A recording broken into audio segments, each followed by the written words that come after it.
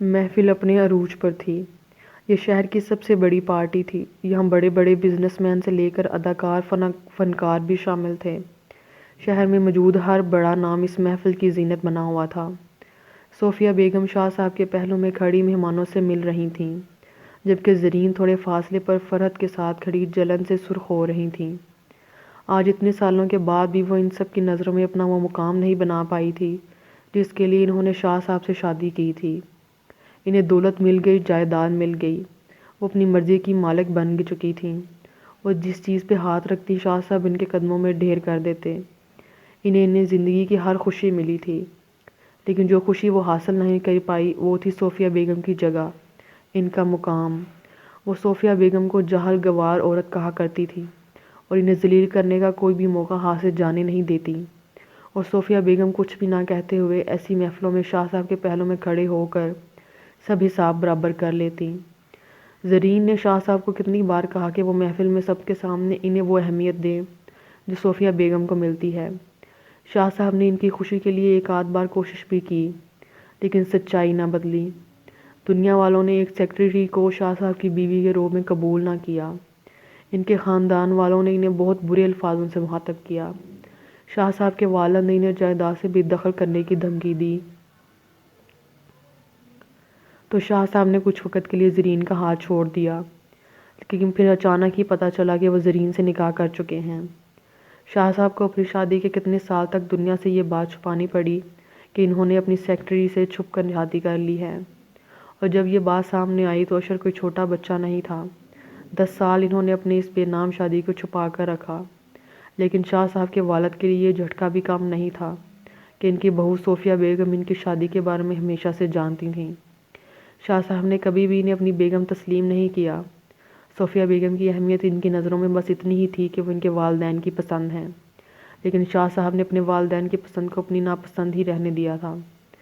وہ ان کے پسندیدہ بیوی زرین کبھی بھی ان کے والدین کی پسند نہ بن پائیں، اور جس کو ان کے خاندان نے قبول نہ کیا، اسے خاندان والے یا سوسائٹی والے کیا قبول کرتے۔ ان سب کی نظروں میں زرین ایک لالچی اور بدکردار عورت تھی، جس نے اپنے باس کو نہ صرف پھنسایا بلکہ ان سے نکاح کر کے صوفیہ بیگم جیسی نرم دل عورت کا دل دکھایا۔ اشر، یہ تو بہت بڑی پارٹی ہے۔ میں کبھی اس طرح کی پارٹی میں نہیں گئی، مجھے بہت ڈر لگ رہا ہے۔ وہ گاڑی سے اترنے کا نام نہیں لے رہی تھی۔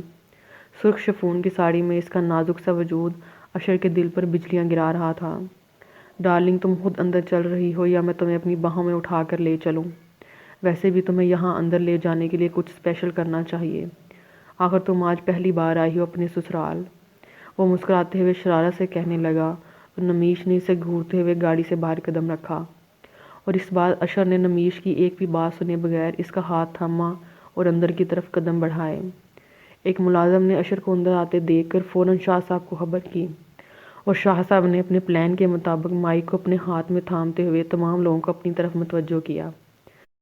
لیڈیز اینڈ جینٹلمین، جیسے کہ آپ سب جانتے ہیں کہ آج یہ محفل میرے بیٹے کی سالگرہ کی خوشی میں دی گئی ہے، لیکن اس کے علاوہ ایک اور بہت خاص مقصد ہے جس کے بارے میں آج ایک اناؤنسمنٹ کرنا چاہتا ہوں۔ آج میں نے اشر کی زندگی کا ایک بہت اہم فیصلہ کیا ہے۔ شاہ صاحب نے مسکراتے ہوئے اشر کو اپنی جانب بڑھتے دیکھا تو انہوں نے اپنے بازو پھیلاتے ہوئے اسے اپنے پاس آنے کا اشارہ کیا، جبکہ اس کے ساتھ کھڑی سرخ ساڑی میں اس لڑکی کو وہ مکمل نظر انداز کر چکے تھے، لیکن محفل میں موجود سب لوگ ہی اس سرخ ساڑی والی حسین لڑکی کو دیکھ رہے تھے۔ فرحت کی آنکھوں میں جلن سی اترنے لگی، جبکہ زرین اس لڑکی کو دیکھ کر اچھی خاصی پریشان ہو چکی تھی۔ اشر نے اسٹیج پر چڑھتے ہوئے ان کے ہاتھ سے مائک لے لیا۔ آئی ایم سوری ڈیڈ، لیکن میں چاہتا ہوں کہ میں خود یہ اہم خبر سب کو دوں۔ جیسا کہ آپ سب جانتے ہیں کہ میری سالگرہ پر ڈیڈ کوئی نہ کوئی دھماکہ تو کرتے ہی رہتے ہیں۔ کبھی کوئی نئی کمپنی سے ایک بزنس ڈیل ہو جانے پر خوشی، تو کبھی کوئی نئی برانڈ کو ہائر کرنے کی خوشی، لیکن آج میں جو دھماکہ کرنے جا رہا ہوں وہ شاید پچھلے تمام دھماکوں سے بڑا ہوگا۔ جی بالکل، آج میں آپ سب کو اپنی شادی کے بارے میں بتانے جا رہا ہوں۔ اشر کے چہرے پر کھلی مسکراہٹ اب شاہ صاحب کو پریشان کرنے لگی تھی، اور اصل جھٹکا تو انہیں تب لگا جب اس نے سامنے کھڑی اس سرخ ساڑی والی لڑکی کی طرف اشارہ کرتے ہوئے اسے اپنی طرف بلایا۔ نمیش کنفیوز سی کھڑی تھی، یہ سب سن رہی تھی، اسے ایک لفظ بھی سمجھ نہیں آ رہا تھا کہ آخر اس کے ساتھ ہو کیا رہا ہے۔ جب اس نے اپنے کندھے پر ایک مہربان سا لمس محسوس کیا، ایک خوبصورت سی عورت اس کے بالکل پاس کھڑی مسکراتے ہوئے اسے اشر کے پاس جانے کا کہہ رہی تھی۔ نمیش مسکراتے ہوئے اس کے پہلو میں جا رکی تھی۔ تمام اینکرز اور رپورٹر ان کی طرف متوجہ ہوتے ہوئے ان سے سوال کرنے میں مصروف ہو چکے تھے۔ فرحت اور زرین تو غصے سے محفل ہی چھوڑ چکی تھی۔ زرین کو محفل چھوڑتے ہوئے شاہ صاحب نے بہت غور سے دیکھا تھا، لیکن ان کی مجبوری تھی، وہ سب کے سامنے یوں جا نہیں سکتے تھے۔ اشر نمیش کا ہاتھ تھامے ان سب کے سوالوں کے جواب دیتا اپنی نمیش کی طرف متوجہ کر چکا تھا۔ سب کے سامنے نمیش کا ہاتھ تھامتے ہوئے اس نے کیک کاٹا، جبکہ وہ اس کے پہلو میں مسکراتے ہوئے بے حد خوش تھی۔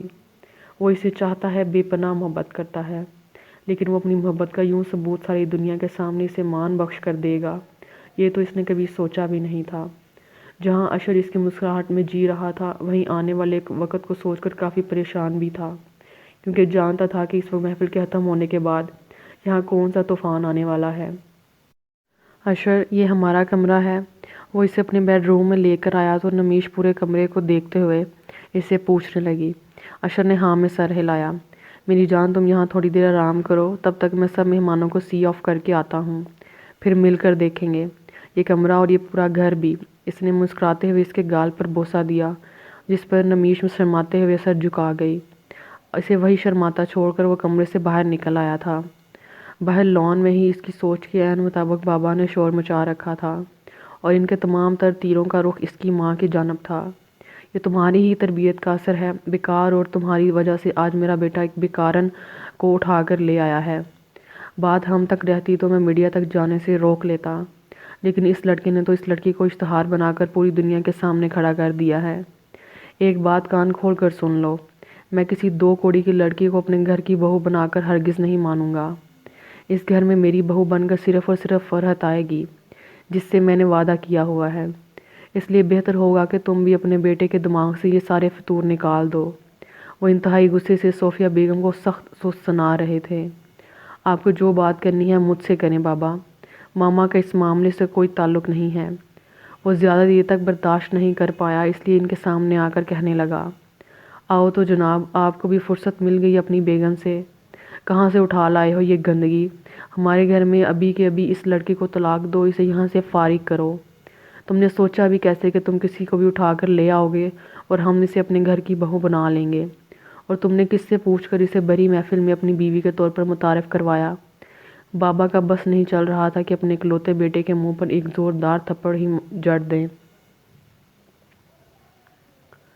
اگر میں نے نکاح کے لیے کسی سے اجازت نہیں مانگی تو آپ کو یہ غلط فہمی کیوں ہے بابا کہ مجھے اسے سب کے سامنے متعارف کروانے کے لیے آپ کی اجازت کی ضرورت ہوگی؟ نمیش میری بیوی ہے، اور میں نے اللہ اور اس کے رسول کو حاضر ناظر جان کر اس سے نکاح کیا ہے۔ دوسرے تیسرے کا تو سوال ہی پیدا نہیں ہوتا، اور یہ طلاق کی بات آئندہ مت کیجیے گا۔ بہت مان سے میں نے اسے اپنی بیوی بنایا ہے، اور اب مرتے دم تک وہ میری ہی بیوی رہے گی۔ وہ بھی انہی کا بیٹا تھا، اس لیے شاید ان کی زبان ان سے بات کر رہا تھا۔ نارمل بات تو ویسے بھی شاہ صاحب کی سمجھ سے باہر تھی۔ مطلب تم ایک عام لڑکی کے لیے اپنے ماں باپ کے سامنے بغاوت کرو گے؟ تم ایک لڑکی کے لیے اپنے ماں باپ سے اس لہجے میں بات کرو گے؟ اگر ایسی بات ہے تو سن لو اشر، اب تمہیں اس لڑکی یا ہم میں سے کسی ایک کو چننا ہوگا۔ یہ لڑکی بہت اہم ہے نا تمہارے لیے، تو بتاؤ تمہیں یہ لڑکی چاہیے یا اپنے ماں باپ؟ وہ غصے سے اسے گھورتے ہوئے بولے۔ سیڑھیوں سے اترتی نمیش بھی ان کی باتیں سن کر پریشان ہو گئی تھی۔ اشر نے ایک نظر نمیش کی جانب دیکھا اور پھر آہستہ سے قدم اٹھاتا اس کے پاس آیا۔ اگر آپ یہی سننا چاہتے ہیں تو سن لیں شاہ صاحب، میں آپ کو چھوڑ سکتا ہوں مگر نمیش کو نہیں، اشر نے مضبوط لہجے میں کہا۔ تم اس لڑکی کے لیے اپنے ماں باپ کو چھوڑنے کی بات کر رہے ہو؟ شاہ صاحب کو جھٹکا لگا۔ ماں باپ کو نہیں، صرف باپ کو۔ مجھے یقین ہے میری ماں میرے ہر فیصلے میں میرے ساتھ ہے۔ اس نے یقین سے کہا تو شاہ صاحب نے ایک نظر صوفیہ بیگم کو دیکھا، جن کو دیکھ کے لگ رہا تھا کہ وہ جیسے وہ پہلے سے ہی سب کے بارے میں جانتی تھیں۔ میں پہلے سے ہی جانتا تھا، یہ سب تمہاری ہی دی ہوئی چھوٹ ہے، وہ مسز شاہ کو مخاطب کرتے ہوئے کہنے لگے۔ پھر پلٹ کر اشر کو جواب دینے لگے۔ اس بار جو تمہارا کسی نے ساتھ دیا نا اشر، تو اسے میرے ساتھ چھوڑنا ہوگا۔ شاہ صاحب نے جیسے ضد باندھ لی تھی اسے ہرانے کی، جبکہ ان کے الفاظ نے صوفیہ بیگم کو دل پر ہاتھ رکھنے پر مجبور کر دیا تھا۔ کتنی آسانی سے یہ شخص ان کے بیٹے کے سامنے 2 کوڑی کا کر گیا تھا۔ اس شخص کا ساتھ دینے کے لیے کیا کچھ نہیں کیا تھا انہوں نے، اور یہ سلا دیا تھا شاہ صاحب نے ان کی اتنے برسوں کی وفاؤں کا۔ اب میں اپنی ماں کو یہاں رہنے بھی نہیں دوں گا۔ بس بہت ہو گیا بابا، آپ کبھی اس عورت کے جذبات کو نہیں سمجھ سکتے، آپ کبھی ان کی قربانیوں کو نہیں سمجھ سکتے، ان کی وفاؤں کا صلہ نہیں دے سکتے۔ آپ اس کے قابل ہی نہیں ہیں۔ ان کے انداز نے اشر کو بھی اچھا خاصا سوسہ دلا دیا تھا، جس کا اظہار کرنے میں آج وہ پیچھے نہ ہٹا۔ میں تمہاری ماں کے قابل نہیں ہوں۔ میں شاہ انڈسٹریز کا مالک، ایک کامیاب بزنس ٹائکون۔ تمہاری ماں کیا ہے؟ اب وہ مقابلے پر اتر آئے تھے۔ میری ماں بھی آج کامیاب ترین بزنس وومن ہو سکتی تھی بابا، لیکن آپ کے لیے، آپ کے گھر کے لیے، آپ کے بوڑھے ماں باپ کے لیے اور آپ کی اولاد کے لیے آج میری ماں صرف مسز شاہ اور کچھ نہیں ہے۔ لیکن یہ ساری باتیں آپ کی سمجھ میں نہیں آئیں گی۔ آپ کبھی میری ماں کو سمجھ ہی نہیں سکتے۔ ارے آپ کیوں چھوڑیں گے؟ چھوڑ تو ہم رہے ہیں آپ کو، آپ کا یہ محل، یہ نوکر چاکر، یہ محفل، یہ رونق مبارک ہوں۔ میں اپنی ماں کو لے کر یہاں سے جا رہا ہوں، کیونکہ میری ماں کو یہ غلط فہمی تھی کہ آپ کو ان کی ضرورت ہے، لیکن آج یہ غلط فہمی دور ہوگی۔ چلیں ماں، یہاں سے، اس گھر میں آپ کی ضرورت کسی کو نہیں ہے سوائے آپ کے بیٹے کے۔ وہ صوفیہ کا ہاتھ تھامتے ہوئے کہنے لگا۔ وہ تو کتنے سالوں سے انہیں یہاں سے چلنے کے لیے کہہ رہا تھا، لیکن وہی امید کے ایک سہارے پر بیٹھی تھی کہ آج نہیں تو کل شاہ صاحب لوٹ آئیں گے، لیکن شاید اب ان کے لوٹ کر آنے کا کوئی راستہ نہیں بچا تھا۔ انہوں نے ایک نظر اپنے بوڑھے ساس سسر کی طرف دیکھا۔ دونوں ہاں میں سر ہلاتے ہوئے انہیں عذاب سے نکل جانے کا کہہ رہے تھے۔ 3 دن کے بعد وہ لوگ بھی عمرے کی ادائیگی کے لیے یہاں سے جانے والے تھے، اور آج بھی اس لمحے کو پچھتاتے تھے جب اپنے بیٹے کی ضد کو نظر انداز کر کے انہوں نے صوفیہ کو ان کی زندگی میں شامل کر دیا تھا۔ لیکن صوفیہ بیگم کبھی بھی اپنا حق منوا نہ پائیں، اور آج ان کا بیٹا انہیں اس عذاب سے نکالنا چاہتا تھا تو وہ بھی ان کا بھرپور ساتھ دے رہے تھے۔ اس نے ایک نظر اپنے ماں باپ کی جانب دیکھا اور اپنی ماں اور نمیش کا ہاتھ تھامتے ہوئے بنا مڑے وہاں سے نکلتا چلا گیا۔ آج کے لیے اتنا ہی، آئندہ کے لیے ہمارے ساتھ رہیے گا۔ اللہ حافظ۔